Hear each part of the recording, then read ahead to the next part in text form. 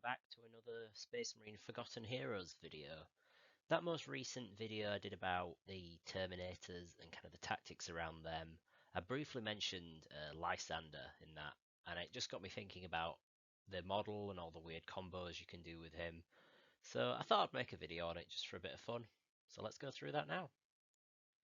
Looking at his data sheet, I mean, one thing to be said for Lysander is he's a big lad. He's got 6 wounds, 2 up save, T5, sort of everything you'd expect out of a Terminator captain, with his kind of relic shield. He's got a 4 up invuln, like, you know, all good stuff, all good stuff. But you come to look at his weapon. He hits on 2s innately, despite the fact it's basically a thunder hammer with devastating wounds. He's got 5 attacks, but there is strength 10, so he's wounding other Terminators on 2s, he's wounding a lot of vehicles on 4s. And they're AP3, damage 3. So, I mean, it's just a great stat line for like a melee beat stick. He doesn't have any built-in rerolls, but, I mean, do you really need it? With like, you're going to be like 2s and 2s. You're likely to do like 3 AP3 wounds to an opponent. Pretty brutal, especially with that damage profile of 3. And on top of that, he has I think the main draw from him really is this icon of obstinacy. I hope I'm saying that right. That's an ability where essentially if the strength of the attack made against the Terminator is, or the squad that this guy's leading, is greater than their toughness, you subtract 1 from the wound roll. Now that's great. We see this as a really strong ability on Death Shroud Terminators, and they're really popular in the meta right now. There's loads of Death Guards seeing play. So giving this to your normal Terminators is really, really good. So it's especially good for like either Terminator squad, but I think you'll typically see this like with big 4 wound Thunderhammer Storm Shield Terminators. Really, really good. Things like las cannons will go to wounding them on 3s, and stuff like plasma guns, melter guns, they'll all be wounding them on 4s. So it's a lot better. It's a lot better just that little -1 to wound at all times. It's really good. And he also has a pretty crazy ability in my opinion. So once per battle at the start of any phase, so it's really flexible on when you want to use it. You don't sort of have to declare it in the command phase. So he's always going to be able to get value out of this. He gets a 2 up invuln. Now it's only for that phase, so you know if you get shot and fought with this guy, he's in trouble. But I mean a 2 up invuln, and you can CP reroll that if you need to. He's basically unkillable, unless your opponent's like dumping mortal wounds into him or firing like 1,000,000 shots. It's just very, very unlikely for anything to kill him, especially considering the fact that you like unlike with I think the Archon, they have a 2+ invulnerable save. That's a Dark Eldar model, but they can't re-roll it. Same for like Makari, I think the Orc model, but there's no limitation like that on Lysander. So even if you do get unlucky and say the multi-melter sneaks a wound through and you roll a 1, as you always will with stuff like this, you can spend the CP reroll and you've got that 2 up save again. So yeah, that's really, really good. So even at 100 points, which is probably one of the more expensive Marine characters you'll see outside of like Calgar or Gilliman, it's still a very, very respectable stat line all round for Lysander, with 2 very, very usable abilities. So I think those are his real strengths that you can play to. So the big problem though with Lysander, which is a kind of a problem with just the way Games Workshop and the rules team have designed the Space Marine Codex this edition, is you'll see down there under his faction keywords, he has the Imperial Fists keyword, which funnily enough is not the Ultramarines keyword, which I think in most competitive players' minds just writes this guy out of Codex Space Marines, because you can't, if you run Lysander, you can't run any other chapter keyword. So therefore, you can't get Manius Calgar, who's amazing. You can't get Uriel Ventris, who's really undercosted for what he does. You can't get Sicarius, who has a ton of good abilities. You can't get Gilliman, who's even seeing a bit of reevaluation with his points cuts. So I think that's really what holds you back from down at Lysander, this sort of codex. Simply, I mean, maybe they'll change something about the way detachments and faction keywords interact, like perhaps that'll make him a lot better, or maybe they'll remove those restrictions, at which point I think this guy's got some great utility. I would also say at 100 points, he's not out of the realm of using him for an objective kind of action monkey unit. He's only a little bit more than assault intercessors with jump packs, if you think about it. He hits, I'd say, arguably a lot harder than them in terms of quality of his attacks. And you'll note that he doesn't have to be leading a unit to get his 2+ invuln. So this guy, if those actions that require you to perform the action in your shooting phase and then survive until your opponent's next turn is over, this guy's really good for that because he can just deep strike down, start recovering assets or demolitions or whatever it's called, sabotage. That's the secondary. This guy can just do that, and he's great. 2+ invuln. Your opponent's going to find it really annoying to remove him, and then after he's finished doing his action, there's always a chance that he can wander off and get charging on someone.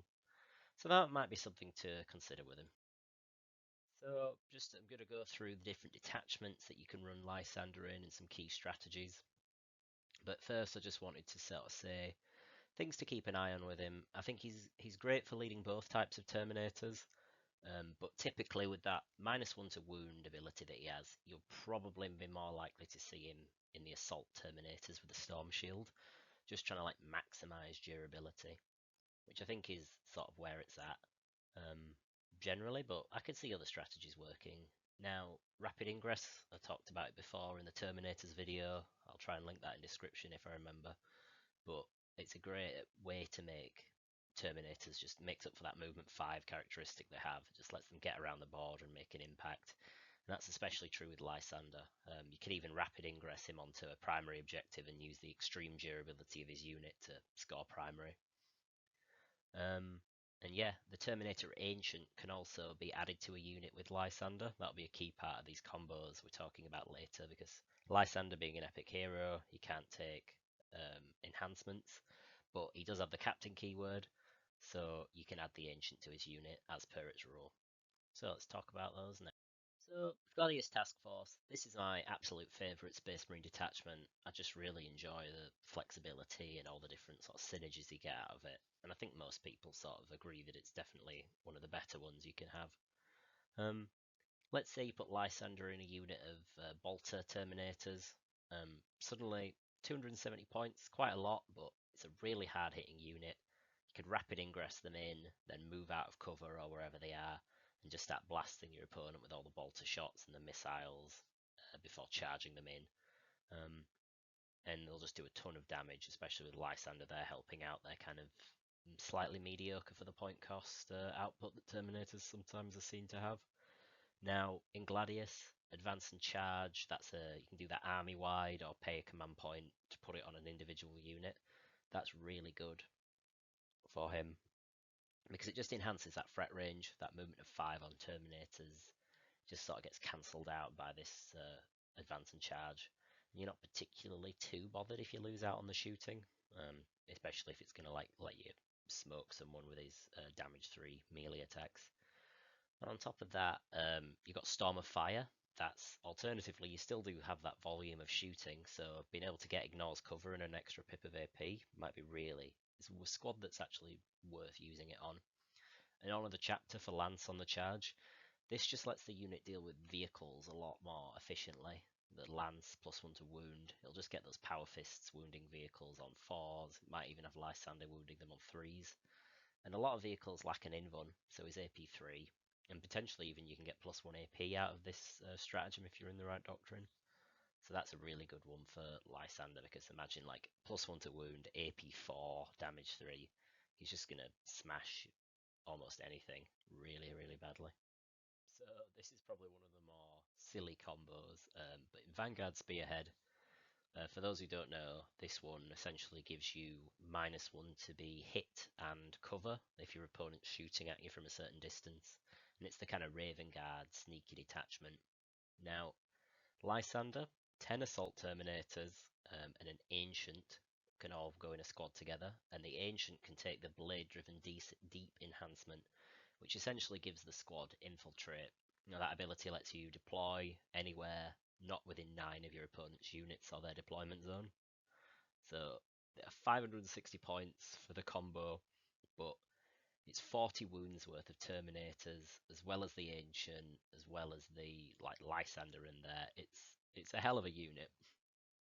so it probably should cost almost 600 points. The potential buffs that you can have: -1 to hit from the detachment ability, -1 to wound from Lysander's ability.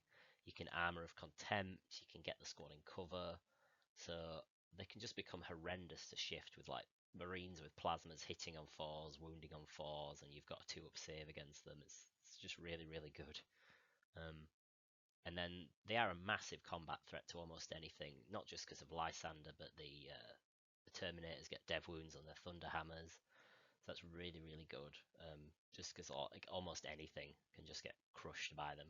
As you would hope. They don't have any shooting, so they should be quite good in melee. Don't forget the Ancients buff as well. It gives them extra OC, so they're really quite good at holding points.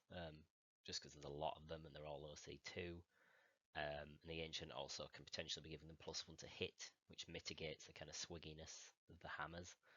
Unfortunately, you don't have much other sort of support for this squad outside of that in the Raven Guard detachment, but I mean, if they're going to get charged by something truly scary, you do always have that reposition. So yeah, it's a truly tough squad with a truly like horrible gimmick of like infiltrating up the field and getting straight into your opponent's deployment zone. You'll win or lose the game in the kind of first couple of turns, I think, if you play this combo. So Anvil Siege Force, this in theory is Lysander's home. This is the Imperial Fists sort of flavoured detachment. You know, it's okay for him. The 10 Terminators with Lysander, you could have that Ancient again. Again, this is like 550 points. But the Stoic Defender enhancement for a 6-up Feel No Pain on the Ancient, it's pretty good for Lysander. He doesn't really get any benefit out of the detachment, weirdly, because most of the stratagems, because the stratagems are around the heavy keyword and shooting, and obviously this is a melee unit. So, but you know, very tough, gets lots of OC, can hold primary points. You can rapid ingress this squad onto a primary point, and then if your opponent shoots at them, they're very, very tough, and hopefully they just sort of hold their ground and score your points before moving off and smashing something in melee. I'd say this is probably the most dubious of these like sort of uses for Lysander, even beyond using him as like a little objective monkey, just because it's so points intensive for what you get. But you know, Anvil Siege Force is primarily like the shooting army. Some people have been seeing successes with it. Better players than me for sure have been managing to pull that off. So, and you know, it's a really good like blocking piece for like a gunline army. Just having this massive melee threat that can kind of like be very, very tough. It can move out, kill something, take the hits, and then move off and kill something else again, and hopefully hold a objective while he's doing it. Yeah, I think it's fun. And again, it's Anvil Siege Force, it's Imperial Fists. They should be comboed together. But let's talk about the Imperial Fists there. So, with you being an Imperial Fist, you also get Tor Garadon. He's one of the other characters that you can take. You do get 2 with Imperial Fists. And so, imagine Lysander and his big unit of Thunderhammer Storm Shield Terminators pushing up in a big shield wall. And you have Tor Garadon and his heavy intercessors laying down suppressing fire and holding on to your home objective. Honestly, like heavy intercessors, they got a points decrease. They're now Space Marine have lots of very reasonably priced battle line choices. And heavy intercessors are really cool for that. You have them with Tor Garadon. He gives them like the much needed melee punch that they need. You know, he can really thrash things in combat along with all their attacks.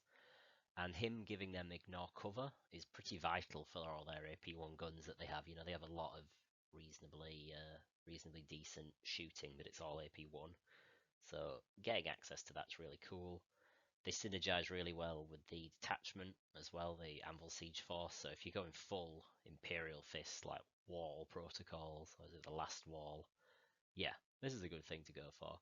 However, it's definitely a meme, and it's 750 points or more between the 2 units, depending on whether you add stuff like Apothecary Biologist for Tor Garadon's unit, the Ancient for Lysander, enhancements, stuff like that. You know, you could easily have half your army almost being these 2 units, so make sure you bring plenty of scouts and like jump pack troops to score objectives for you.